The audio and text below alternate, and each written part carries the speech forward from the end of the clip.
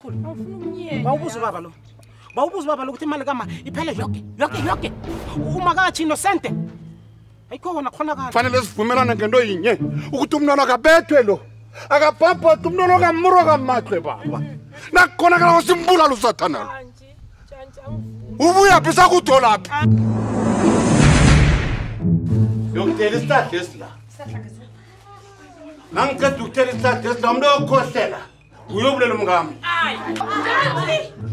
Hayi akekho ozako. Vumani. Angithi benivuma.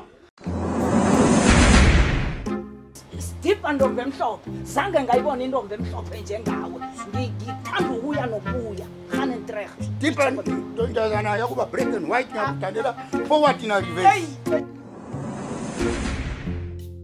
Thina ningicala konjeni ibona isikliki sento. Uze!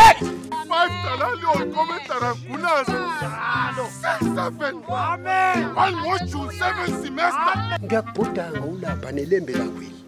Nobuhle bakho. Makela. Hayi khona nakamnandi. Namngiyayizwa. Yeah. Mayi. Akitaphendwa naye bathi basho ngizomnyatshela umnyathi ngiyawo. Ngazi basho bathi babenzani. Uyamfida. Unefila le. Unefila le. Ufilana.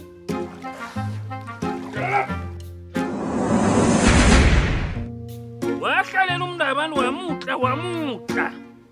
Unompostoli. Wamutla wafa. Umsebenzi mvanje mnengi khulu. Siyezwa umswatsho ukuthengiswa nangomzimba. Kini ungayokuthengisa umzimba. Minengi imisebenzi mvanje. Ngithengiswa ngomzimba. Thengisa umzimba basho umzimba nje wakho wezophotsha uthengiswa ma. Hawu kuthengisa. Ngawuthengisa wena nje. Uthengisa njani? Uyokuthengwa ngubani?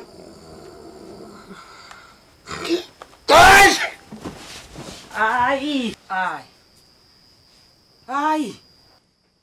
Wenzani? Ngenzani? Ungenzeni? Akakwenzi litho. Awungenzile. Avukhanye ba. Kama peltusi.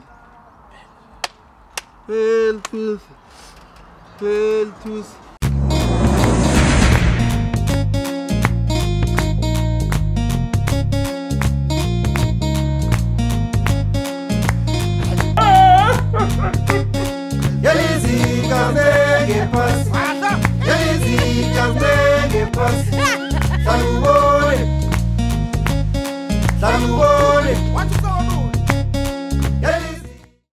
Hey. Iza.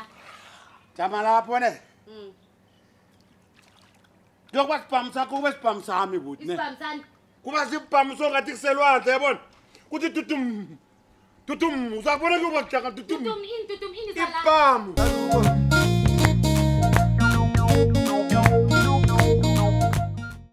Azokugcwala amabhuku lawo nasana. Mavetana.